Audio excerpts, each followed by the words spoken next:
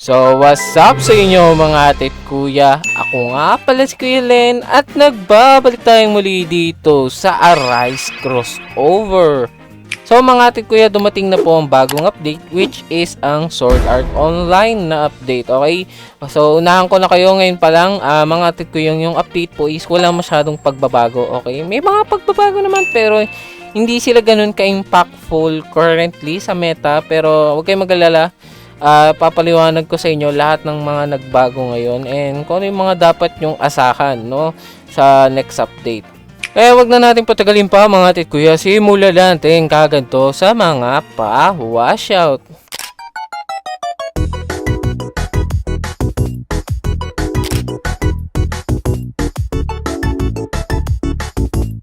So mga ate kuya, mag-i-skip ako ng mga i-explain ko sa inyo ha. I-skip na natin yung mga minor lang katulad ng bagong island, bagong shadow, bagong sword. So wala naman sa kanilang masyadong kakaiba, chinek ko na.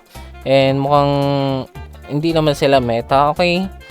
Pero ang pag-uusapan natin is yung mga kahit pa paano major changes siguro na dapat yung malaman ngayong update. Sa totoo lang, di ako nakapag-grind kasi nawalan kami ng internet for 24 hours kahapon. Kaya buti na lang wala masyadong nilabas ngayon. Baka mag-grind ako mamaya. And yun. So, unang-una po sa list natin is yung bagong gacha. Okay? So, sabi ko sa inyo, kahit wala pong minention doon sa about page na magkakaroon tayo ng bagong gacha, expect nyo na kada bagong island, merong bagong gacha. So, meron tayong online guild, no? May list of guild dito. Ewan ko bakit may Black Balls sa ano yun eh, sa Black Clover to. Tapos yung Lag Horizon, anime naman yan na katulad din ng Sword Art Online. Ewan ko ba't nilagay nila dito. Pero, yan yung bagong Monarch dito, which is nagbibigay ng shadow damage and weapon damage, no? So, kung may inap kayong 24,000 na, no, pwede nyo namang i-exchange yung mga extra nyo, then meron kayong pang roll, okay? Madali lang siya makuha. Nakuha ko agad siya. Sinerte ako nang wala pang PT, okay? May 12,000 pa ako natira. So, almost 12,000 lang din nagamit ko. Maganda yung upgrade kaya maganda makuha nyo kasi nga may boost siya for shadow and weapon. Then, next naman mga tit kuya is meron po tayong mga bagong dungeon rank which is yung HGM tapos yung HGM Plus kapag red dungeon siya. So, ito yung HGM. Yung ticket na binibigay niya is almost the same lang sa UGM, 1 to 21. Ewan ko ba't 1 to 21 kung yung UGM is nagbibigay ng 1 to 26. Hindi ko alam bakit ganun. Pero ewan ko kung ganun din karami, pero hindi ko pa natatry. Ngayon ko lang nakita din yung HGM. Pero yung HGM Plus, kailangan nyo gamitan ng ultimate rank up. Gusto nyo makita, no? Kung gusto nyo ng manual or i-spawn nyo, no? Kung gusto nyo i-spawn. Then, next naman i-explain ko sa inyo mga tit kuya is itong bagong world quest system. So, makikita nyo pagpunta kayo dito sa may parang spawn point, may makikita yung nakalagay na world quest, okay?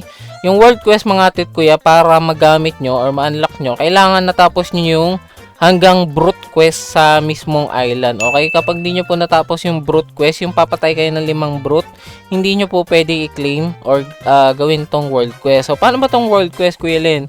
So, hold nyo lang yung T. Yo, nakikita nyo may lumabas na quest added sa akin. And yun yung world quest kong yung sa hunter. Kailangan ko lang pumatay ng 125 enemies tapos 25 brutes. Then yung reward is may 5k EXP, may token, and may isa akong world drone. Depende kung anong island yung kinuhanan nyo ng world quest. So, Kuya Len, ano bang maganda dyan sa sa world quest na yan? Bakit yan yung nilagay nila? So, iisa lang po ang purpose ng world quest, okay? Ang mag-grind ang mga low level or kailangan humabol ng rebirth dahil ang world quest po is unlimited.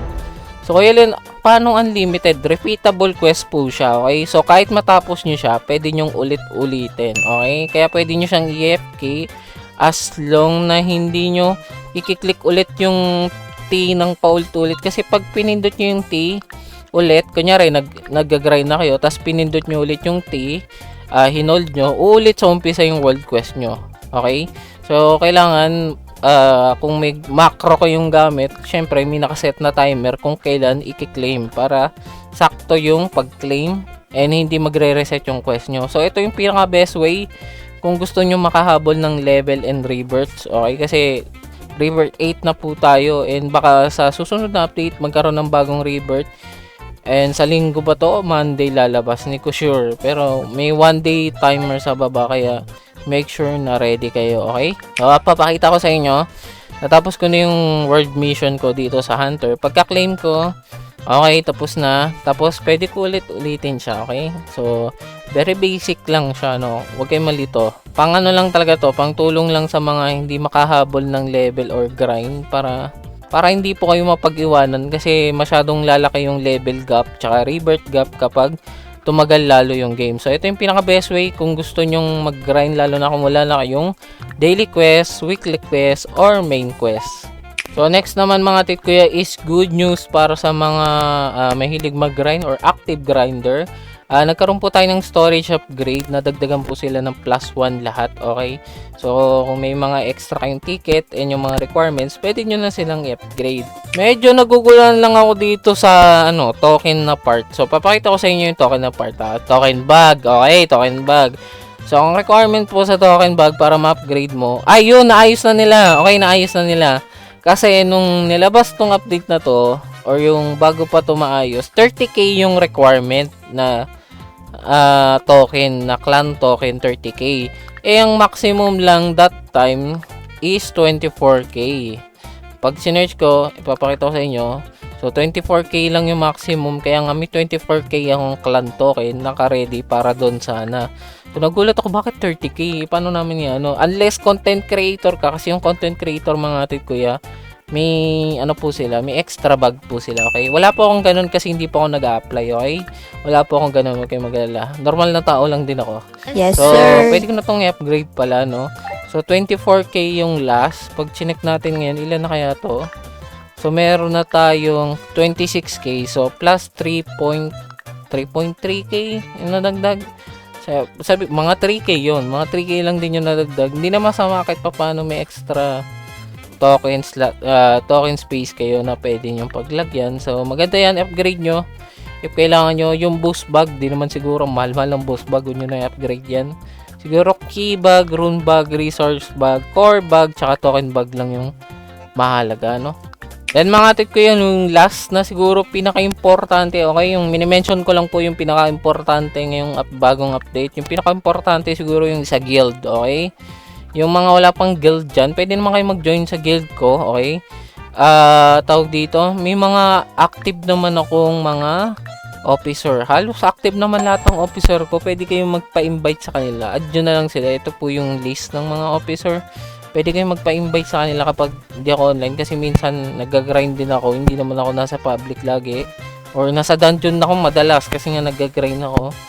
So, ito yung list of officer. Pwede nyo silang i-add if gusto nyo. Then, yung bago dito is yung upgrades, no? Nadagdagan ng isang extra relic slot. Tapos, dito naman sa shadow slot, 2 ata, no? So, bali 15 na yung pwede ata nating relics. Then, sa shadow slot, hindi ko maalala kung ilan na. 15, hindi ko alam, hindi ko maalala.